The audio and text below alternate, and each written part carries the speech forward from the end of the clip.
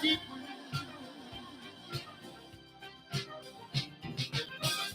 What about it, baby? What about the days and the nights we spend?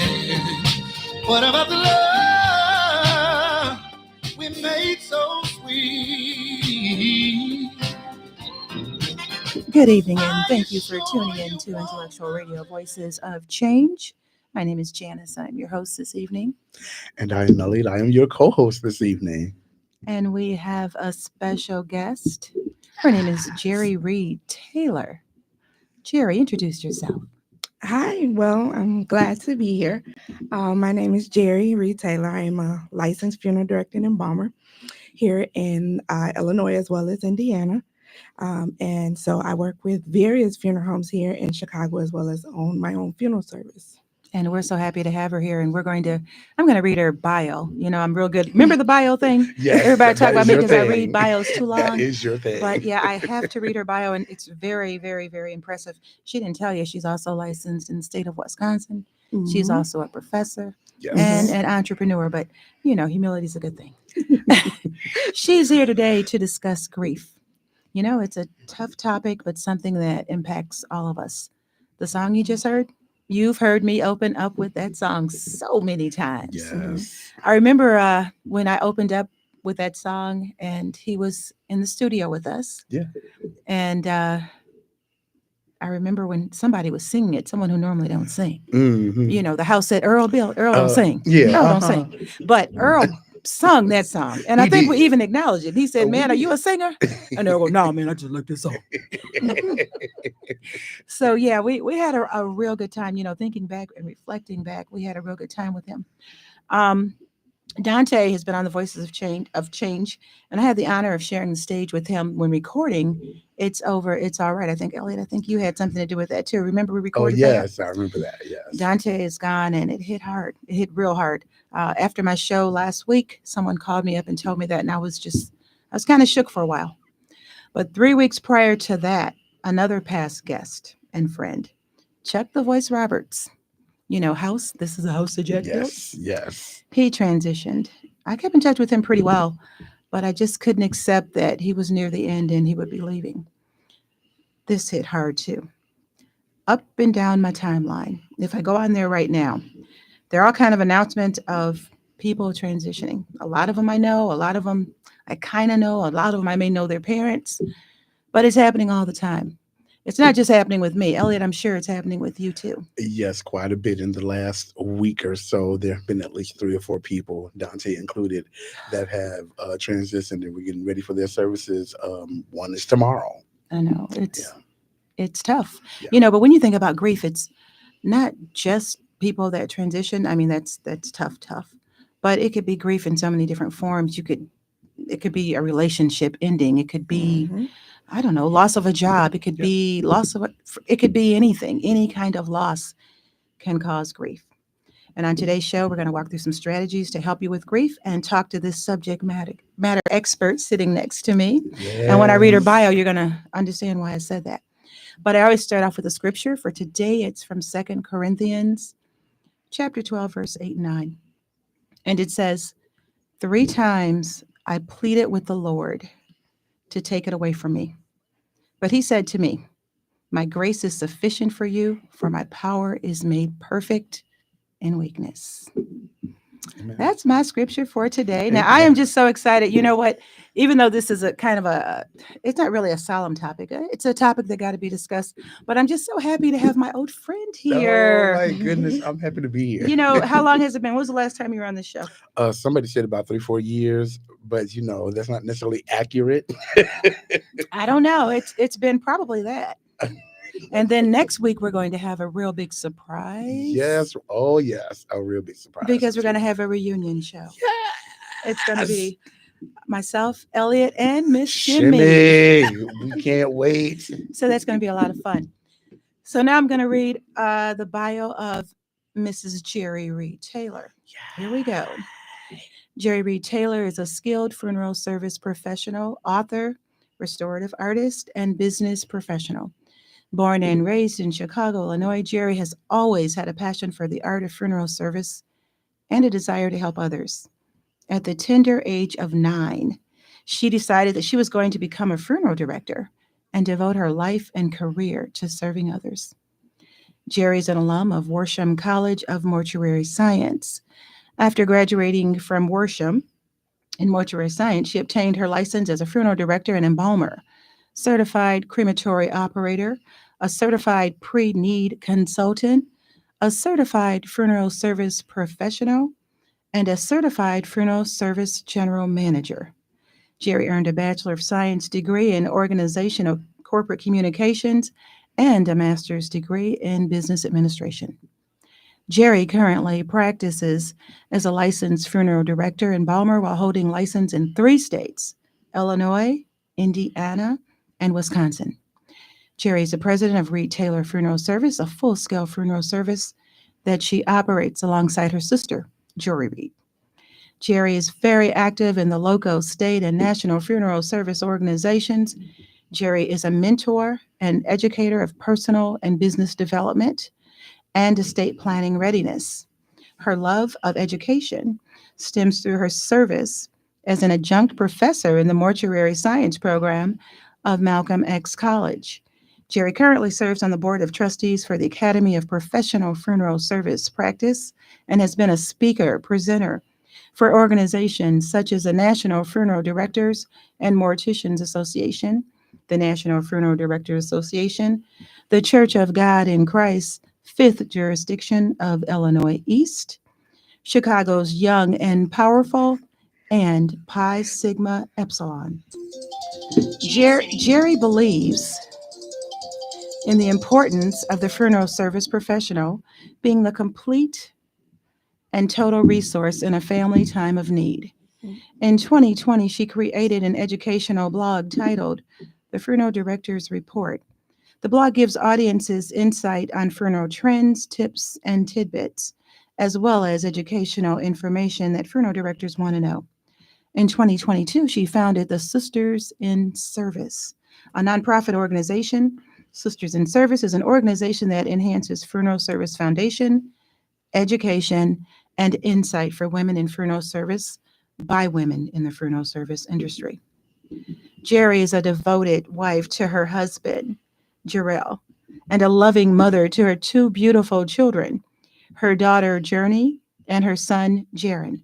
Jerry looks forward to continuing to serve her community and surrounding areas by assisting families, creating memorable tributes for loved ones, and supporting fellow colleagues through professional development and educational enrichment. Help me welcome to Intellectual Radio, Voices of Change, Jerry Reed Taylor. Thank you. Wow. Round of applause. How does somebody know at 9 years old that they want to go and be a funeral? That just, when I read that, I'm like, what? It was 9. It was 9. I remember being at a funeral and, of course, going through the loss of a loved one. And I have to credit it all to Mr. Vernon Wallace. It was everything about the funeral industry that I found intriguing. It was the art, it was the science, it was the communication with families and the helping. So everything about it was what intrigued me. I would find my evenings and sometimes even your school vacations down there at Wallace Bobby Funeral Home. Oh, Just trying to my. pick up on what I could, learn what I could, when I could. And so it's a passion. It's a passion. Obviously. And so there are some days when days are harder than others. Mhm. But of course, your passion, fuels your drive. And so that keeps you there. Because at any time you can make a total pivot and change. But it's the passion and the desire to help others, that love in your heart, that keeps you where you are. I applaud you for that. When I was growing up, as Elliot know, I grew up in a real small town. So the first Black businessman that I saw, he was the owner of a funeral home. Mm-hmm. And he was close to my family. And for whatever reason, he loved me and my sister. And he wanted us to go in mortuary sciences. So I remember going there with him and going, he had a full service place. And I remember going in there. I was kind of a scary little thing. I remember going in there and I'm like, Mr. Coleman, I can't do this. And I just ran out. And in retrospect, man, the person who he did groom to do that actually took over the business when he passed. Hmm. This girl is doing, not only is she doing so well in the profession, she's doing so much for the community. Hmm. I mean, it's unbelievable. I only wish I had the foresight to see that, and I didn't, because I'm one who believes in service too. Sometimes a little bit, I take things a little bit too much to heart, but I believe in service too. So I'm an advocate for service too, and I just applaud you at 9. Woo, you were way more mature than I was at 9 years old. So you own your own funeral home and you have full service. Hmm. So you're kind of in the business of consulting and talking to Absolutely. people. Elliot, I want you to look at this too. I don't want to be the only one to have this. Here you go. Oh, thank you very much. So tell me, what would you tell a person, hypothetically, what would you tell a person that just had a horrific loss? For instance, just say Elliot came to you and said, I lost whatever, somebody or something happened. And it's really raw, because when it happens, it's really raw and you're like in shock. What do you tell them then? Well, first, I listen first Oh, as well. And so when I do get all the information, before I say anything, I say, well, first, let me extend my condolences to yourself and the entire family. I think that's important. I learned that early on in my career, that one tells the family, that tells that person that I hear you. You have my sympathy. My heart goes out to you. My prayers are with you. So that one, before I even speak business, I even speak any ritual or anything else, I want you to know that I'm thinking of you. You are at the forethought of my thought. And so I first take the time to extend my condolences and to extend my sympathies. But after then, definitely, I listen to see what is the need that I can meet. And so, of course, yes, you have lost someone. This situation has happened. How can I help you? What can I do for you? What can I do for your family? And so it's important too, when someone is going through a loss, going through grief and bereavement, it's important to be sometimes just a listening ear. I may have all the resources in the world, I may not. But one thing I think that people can value is that someone is listening to me. Someone is here hearing me. Someone is here. If I just want to scream, they're here so I can scream. If I want to talk, they're here and so you I just can allow talk. them to do that. So you don't I try to allow them talk do them that. down and say, calm down. Because Oh. I allow them to do what it is they need to do. And then not everyone it doesn't come in that order. Not everyone experiences, grief and bereavement in a sequential order. It may come out of order. It may come sporadically for others. So it just depends. But definitely the first thing before I even speak business, even speak ritual, even speak, what you should and shouldn't do, kind of pointing out tips and things like that, is I extend my condolences. I extend my heart to them. I extend my empathy to that person. And you listen to them. And listen. Now, Mhm. I've known Jerry pretty much my whole life at this point. Okay. I would say so. Really? Literally? And literally, we grew up in church together. Oh, no Yeah. wonder. Yeah, that's why I said that real slow. I didn't want to mess it up. I didn't want to mess it up. And I don't think any of us that were around her knew that she would be the person that she is to this magnitude until we were all grown and we looked up. She over here doing funerals. Wait a minute, what is she doing? Really? That is true. So you went to school together, and you knew her growing up, teenager, and Grew up all in that church, stuff. yep. And you never. I guess it never came up. No, it wouldn't. It wouldn't. We just hanging around in the choir together, singing and carrying on. Oh, you in the all choir that. too? Well, we grew up at St. Luke, Church of God in Christ. Praise the Lord. And so, Are you still at St. Luke? I am. Praise the Lord. Anyway, go And ahead. so we grew up, and although we're both products of the West Side.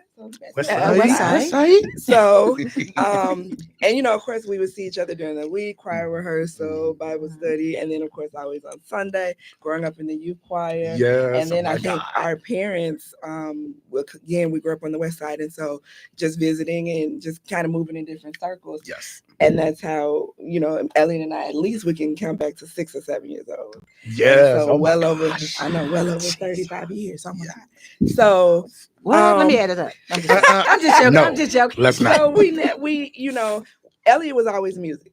We knew, without a shadow of doubt, it was going to be Well, something music. Whatever he did, it was music. At 9, I knew it, but like I said, it was the science, it was the art. And so I'm You a big say art? art. Okay, so help Funeral me with service is this. also an art. break it down. Um, Break it down for the people. Come Please on. help me with the it art has part. a lot of facets. It marries a lot of disciplines. So funeral service, not everyone, it's hard to say, not everyone peacefully dies or passes away at home, True. in their bed.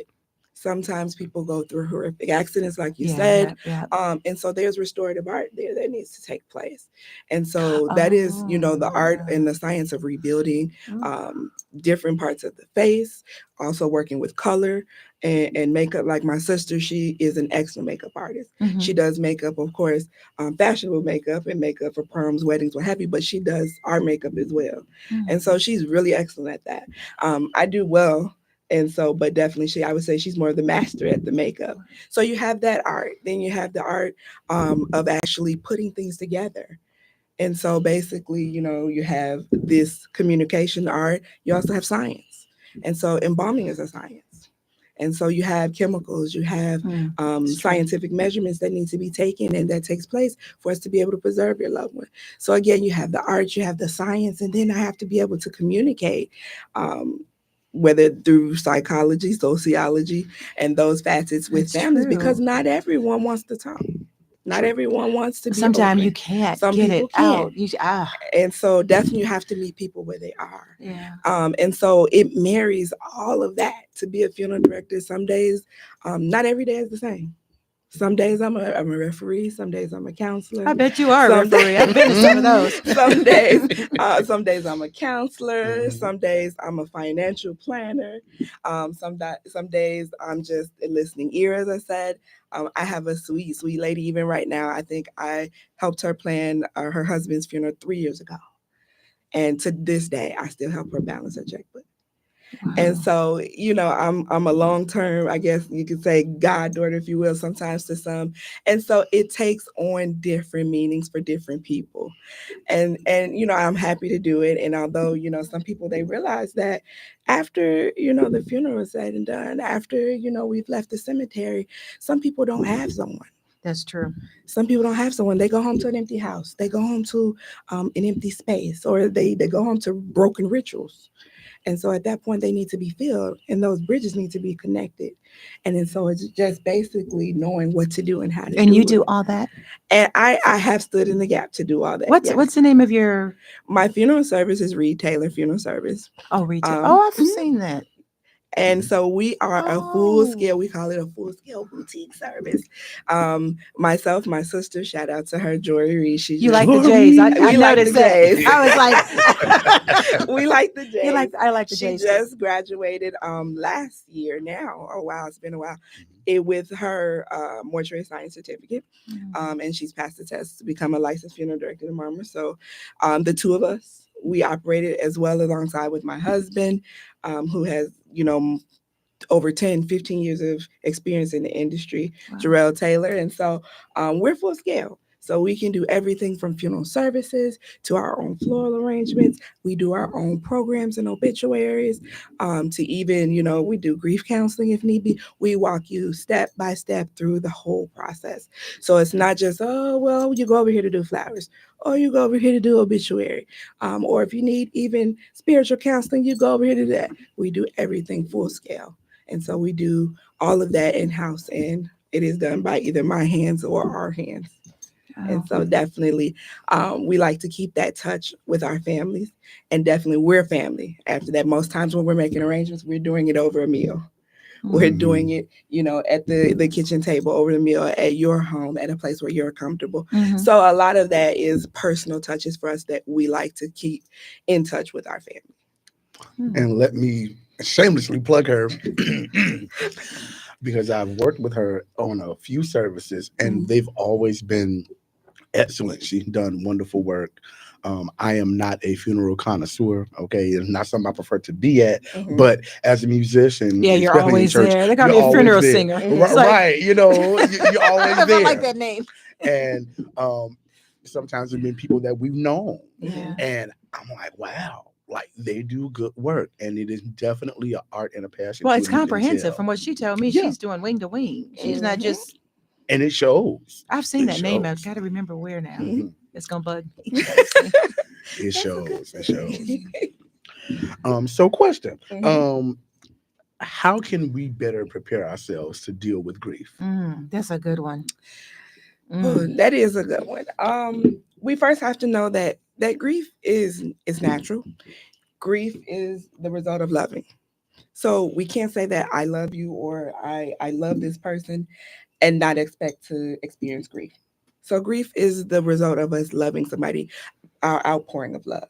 And of course, at times, as we know, we're not all meant to stay here, That's right? true. And so the Bible tells us that we have a prepared place for what? Prepared people. People. That's true. And so basically, if we love someone, and especially if our love is true, our love is genuine, and someone then leaves us, that is the result. Grief then comes. But with that, we have to understand that, and of course, those of us that are believers, we know that eventually one day we will see them again Yes. at that great day, right? Yes. But when we're preparing ourselves for grief, to know that it's natural, it's a part of life. Okay. We also have to be kind to ourselves.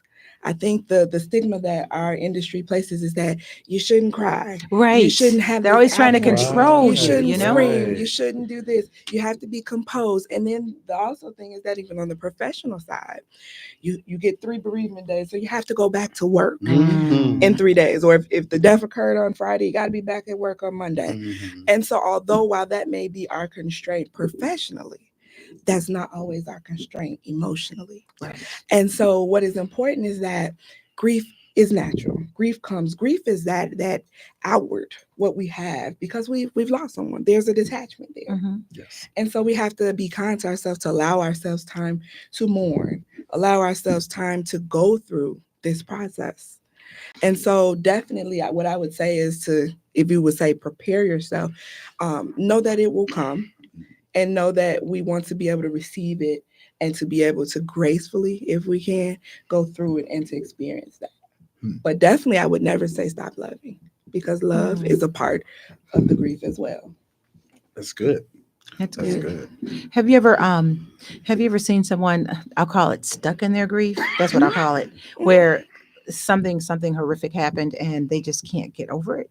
Absolutely. How do you, what do you More tell or less, them? you call that complicated grief. Oh, complicated. Okay. And so, like I said again, essentially, our society wants us to go through grief in this allotted amount of time. Right. They give us this amount of time and say, "Okay, it's been this long, so you should be over Time the to loss be of over your it. son. Right. They always say You should time be to be over the over it. loss of your Yes. mother." Yes. But that's not always the case. Mhm. There are some times when we can continue to kind of roll with the waves and kind of keep going back to our regular scheduled programs, but there are some people that cannot. Right. There are some people that for them that loss is just as fresh as if it happened yesterday, and maybe it has been a year. And certain maybe it's things will been 2. trigger it. You have triggers as well. Yeah, it's like, So you do have those that have complicated grief, and for that, definitely, that would be something that we need to seek maybe more assistance and help with, like counseling, or like something? counseling, therapy. I'm always a big advocate of therapy. Mhm. Even there are a lot of churches now that have grief support groups. Mhm. There are a lot of hospitals that have grief support groups,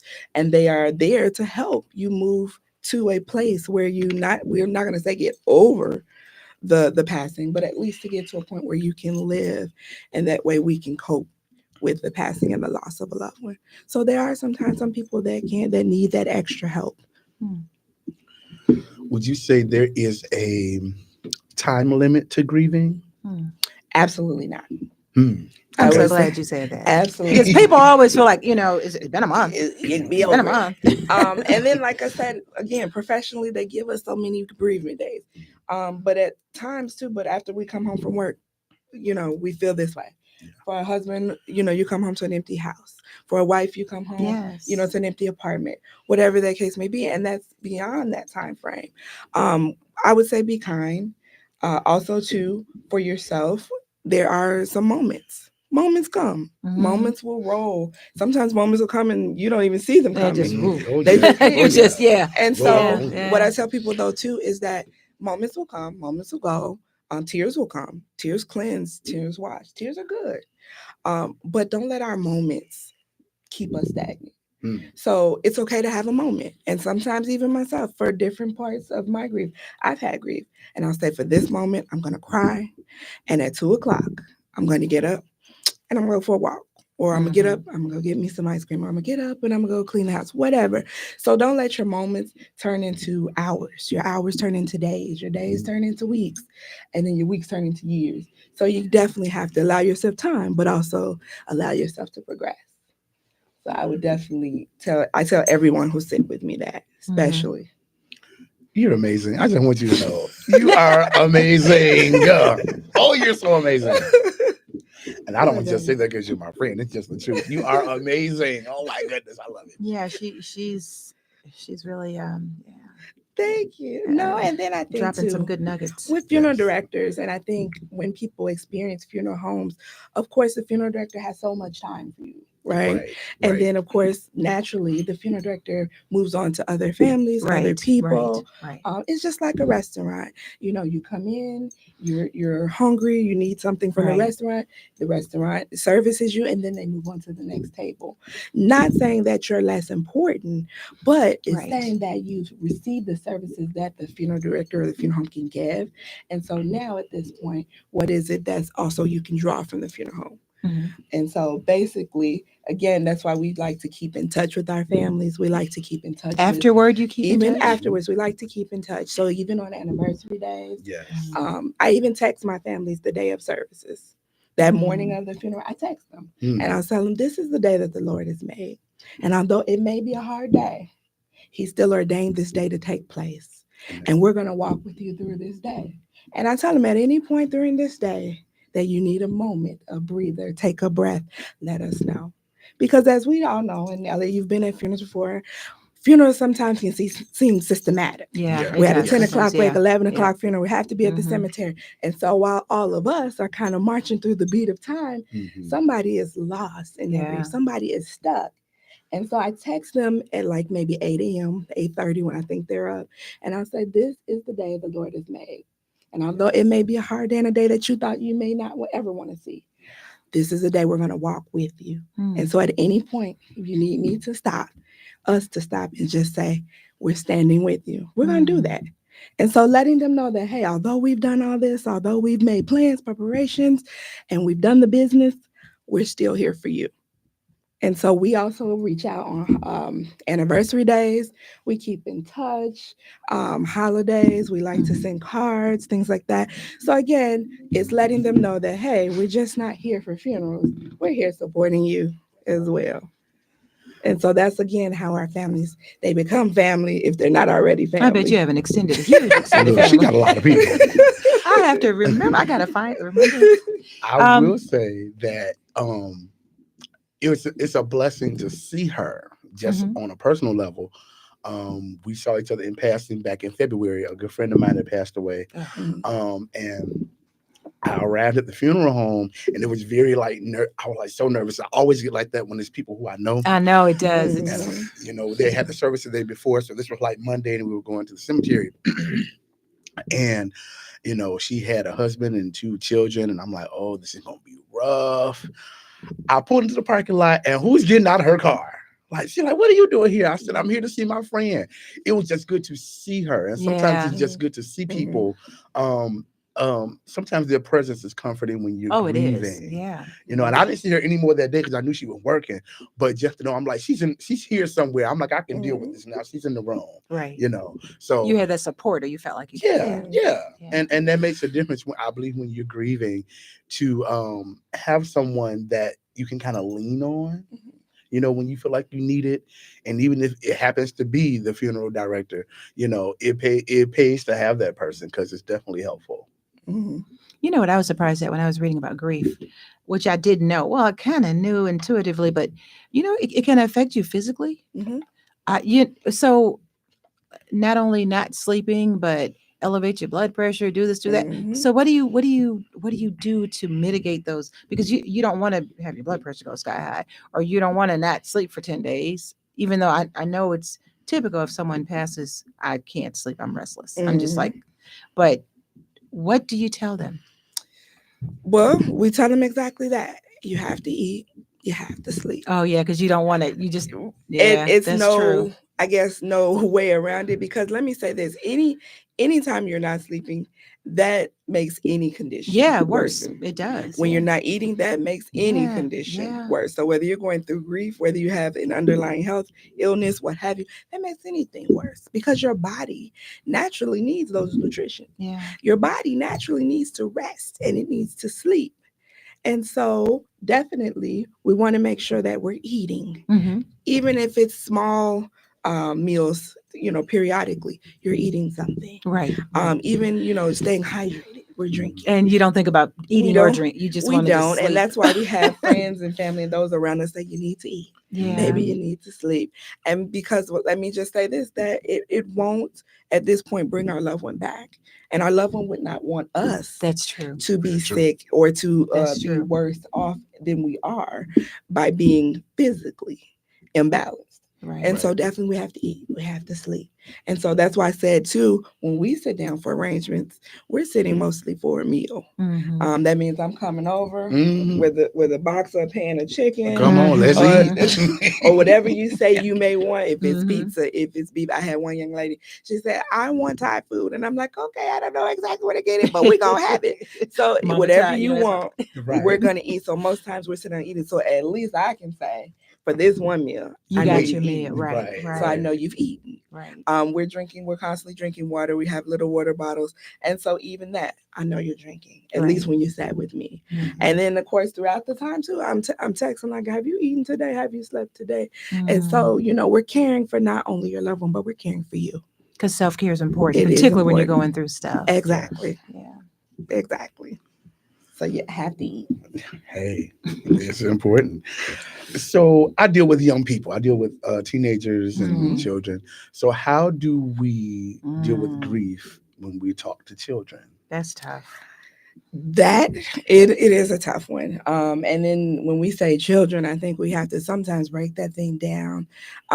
Recently, it still feels recently, at least for our family.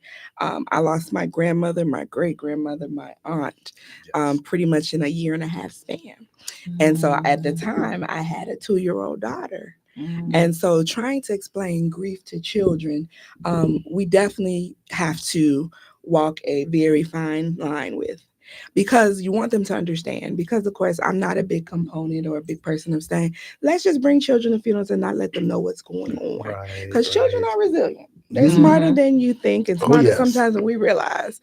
And so I had that great task of trying to explain to her kind of what is happening, and then, why we won't see grandma anymore. Mhm. And when we do go to see her at the service, pretty much as children say, why she's sleeping in the big Right. box. How do you Right, explain right. it? And so- Right. That's what they'll say. Right. Why she look like Why this? she's sleeping Right. in the big box? My Ah. first thing for everyone, and even families I serve, I say, if you have children and children that are close to loved ones, take them to the visitation.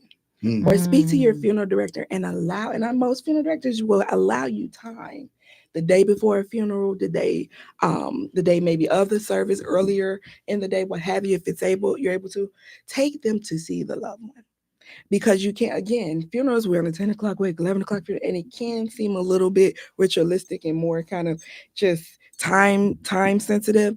But take them, allow them time so that they can process. And so that's what we did. We allowed my daughter to come and to see the visitation and see grandma. And see grandma's peacefully sleeping. And she can ask Mhm. questions. Yeah. We can touch, we can feel if we want to or need to.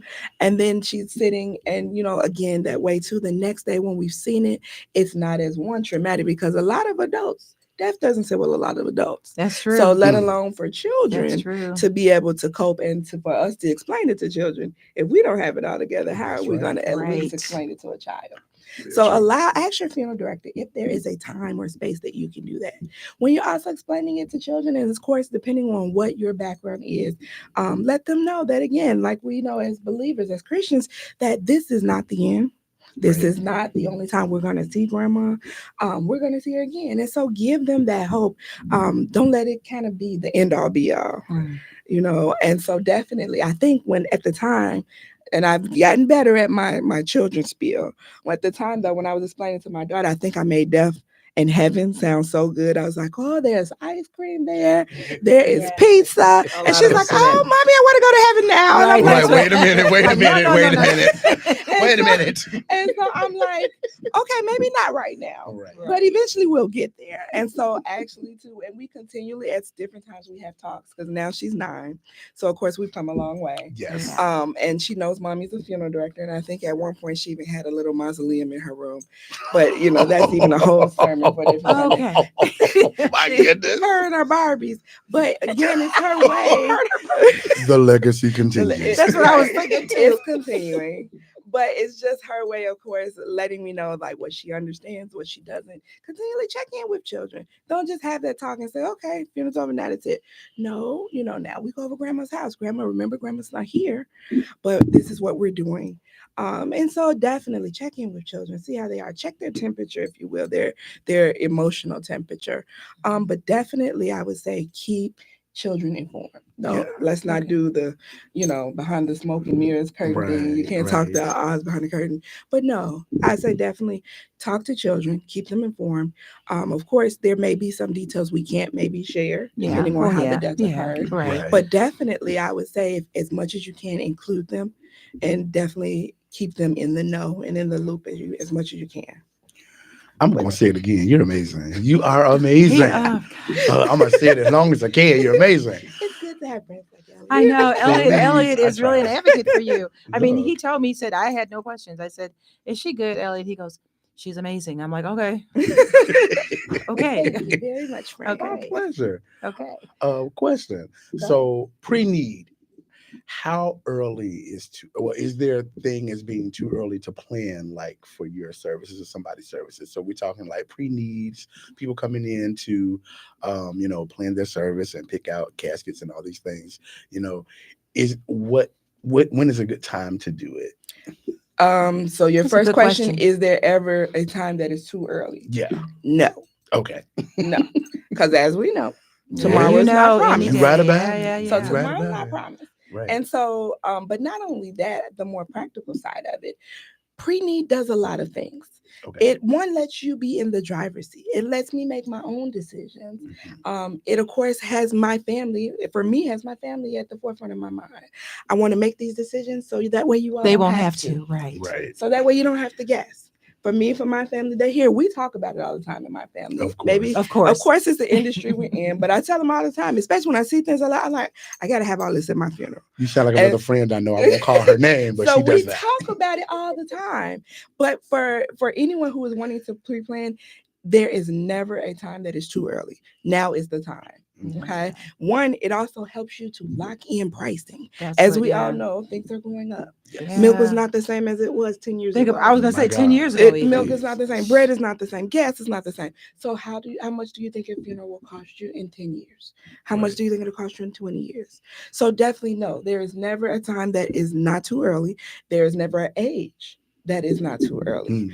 Of course, depending on as we mature throughout our life, we may have to make adjustments, Right. but the foundation would be laid. And so definitely you want to lock in that price. And then for some of us, I'm one that likes to pay on things and make sure it's out the way and it's done. Right. We're paid for it. So the idea is that when that time does come, my family is simply just hitting go. They're There you hitting a go. green There you light. go. It's already And done. things are just moving and we're putting things in place. And not only that, my family takes comfort in knowing that these are things I wanted for myself. Yes. And so therefore they say, hey, this is what she picked. This is what she wanted. And so we're putting things in place. We're giving her what she'd like. So pre-planning, it is also something that can draw your family closer together.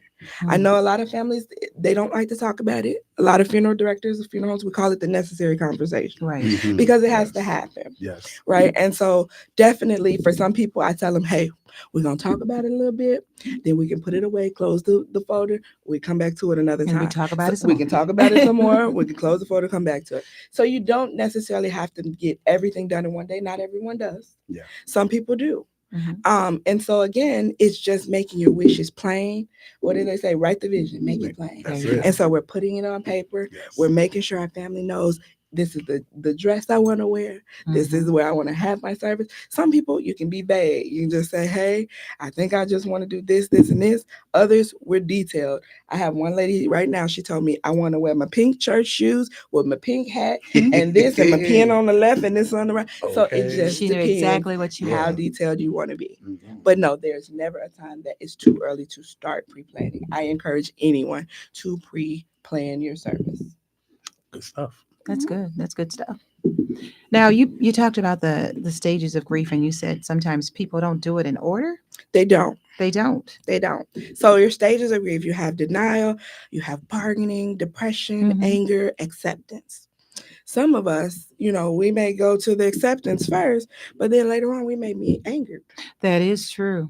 For It's some like, of well, us, yeah, that is true. we may start with the denial, but then we jump to depression, or then we come back. Sometimes too, we may go through the 5 steps in order and then we may revert. Mhm. So not everyone, just because the steps are there, everyone doesn't go systematically through the steps.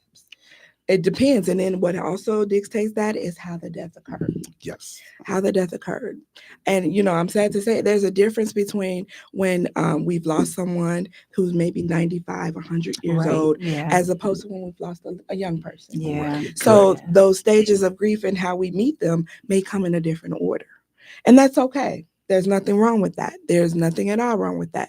But it's just knowing that, again, we have to be kind to ourselves, and those around us need to be kind to us because we're experiencing these stages, but not necessarily in order. And so that happens. Good response. I told you, she's amazing. She's amazing. You're gonna hear it all day.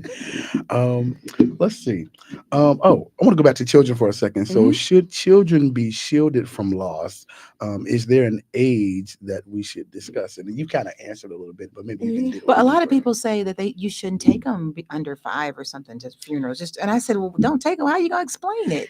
Right. And I think I always say it's at the discretion of the parent. Well, yeah. It's at the discretion of the parent. Like I said, for me, my daughter was 2, 2.5 actually. And so these people were key people in her lives. Yes. And so she would see them, if not weekly, sometimes multiple times a week. Oh, yeah. And so for them just to be missing And just not say anything. it would just kind of leave her confused and in a void.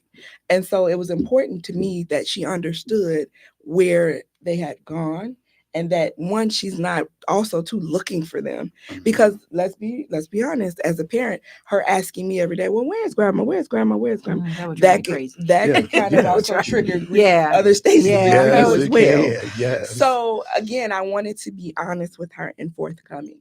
Now, again, it depends on each child. I hate to be vague, but each child is different. Yes. Some children you're like, oh my gosh. Others, you kind of have to, revert and do different things. But I would say, one is the discretion of the parent. 2, it's the child, what their understanding may be. And then 3, if you also decide not to bring the child to services or, funeral home, things like that, that's also okay too. Yes. There's no right and wrong that says if you don't, you're a bad parent. No, again, you do best what you think is for your child and for your family, especially depending on what they say, the greater the relationship, the greater the loss. Yes. Yeah. And so if this person was somebody that they saw daily, weekly, talked about all the time, then I would say it warrants for you to have a conversation with the child and to definitely involve them. But if it's someone that maybe we saw once a year, Right. Every other year or so, we kind of vaguely talk about, then that may be different. Yeah. So that's why I would say how you would maybe gauge that, and then the age level of the child with the understanding. Good. I guess my final question. We've spoken about Dante Hall and others. What would you say to those of us that are grieving his loss on different levels? There are those of us that are family that may be watching.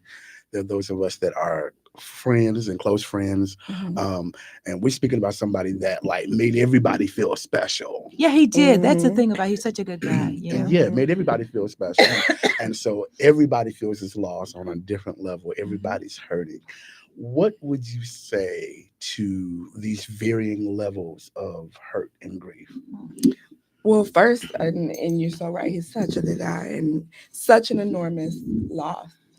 So what I would say first is to everyone that is connected to him in any way, my heart goes out to you. You knew him too. My, then. yes, Oh. my heart goes out to you. My condolences to everyone, his family, his mother, the entire, Chicagoland area, Yeah. music industry.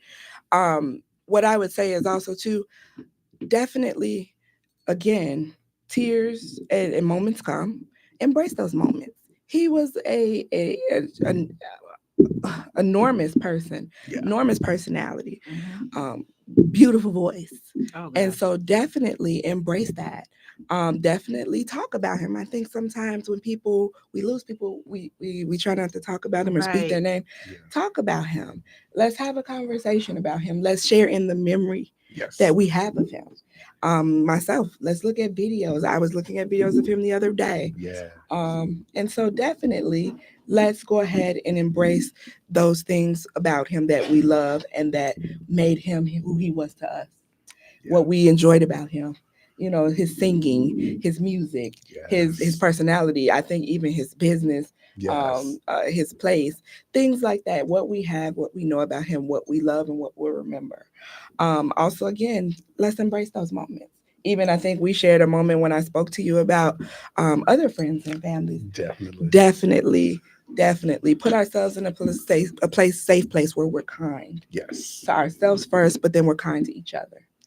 And so everyone who loved him, who cared about him, find a way to show that. If it's lighting a candle, if it's coming to the service, sending a flower, writing a note to him. And then, if we don't ever get to send it, but we just got our feelings out, Yeah. that's also helpful. Mhm. So these things are definitely ways. Everyone doesn't have to do it in the same way or in the same manner.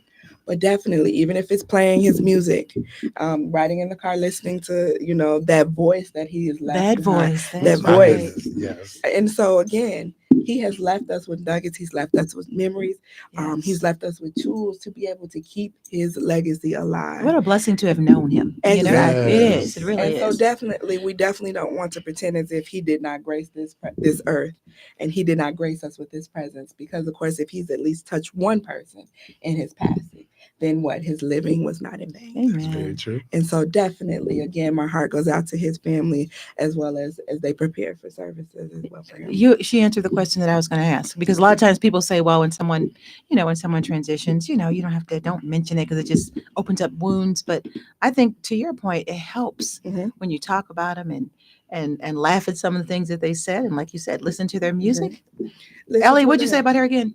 She's amazing. Look. And on that note, we want, if you have anything to say to close out the show, because we're getting ready to close it out now. And if you have any final words to say to the listening audience. What I would say? Well, You've given us so many nuggets, I but if there's know. anything So else. much. And it seems like the time flew by, but definitely did. to everyone, be kind to each other, be kind to yourself, love on one another while they're here. Mm. Tell somebody you love them, tell somebody I care about you, how can I help you? But most importantly, how can I listen? Because a lot of times people have a lot to say, but nobody to listen.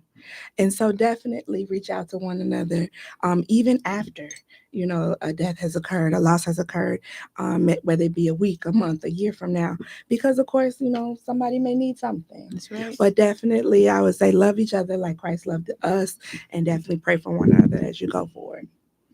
A common thread in what you were saying the whole day was be kind. I kept hearing this, be kind, be kind to one another. And we all are kind, aren't we? Oh, yes. But we have to really focus on that, because you just never know. Someone said that, it's really good to be important, but it's even better to be good to people and to be nice to people. That's And it. you kept saying the whole time, be kind.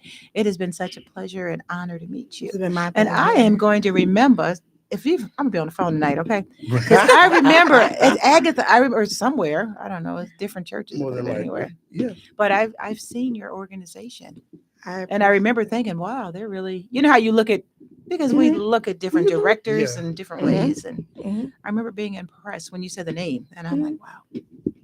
It's a pleasure. I hope everyone here who was listening got something from this. I know both Elliot and myself did, because we kept saying, she's wonderful, she's wonderful. And it's not just because we're going through some stuff, it seems like it's not going to ever end.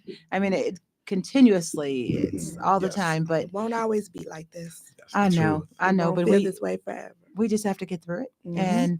and talk about it and not act like it didn't happen and just feel blessed that we were on the earth the same time sharing space with the person, Mhm. because that in itself is a blessing. Everyone listening, have a great week and be blessed. We'll be here next week. Next week, Elliot's going to join me again, but we're going to also have Shimmy. We're going to have a reunion show. Yes. So please tune in next week at 6 p.m. to Intellectual Radio, Voices of Change. Good evening. If I gave you my love, I tell you what I do.